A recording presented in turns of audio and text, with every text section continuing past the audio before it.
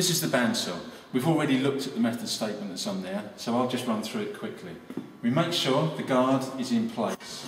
If it's up there, we can get our hands in there. So we bring it down, nice and close to the wood, but still allowing the wood to go through. Then, turn on the extractor. Turn on the machine.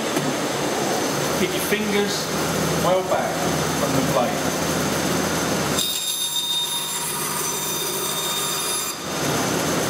Easy cut. And there it is. Turn off the extractor and we're done.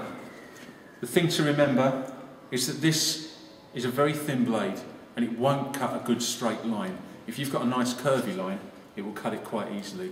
If you want a straight line, you use the radial arm saw, the table saw, or the wall saw. Okay?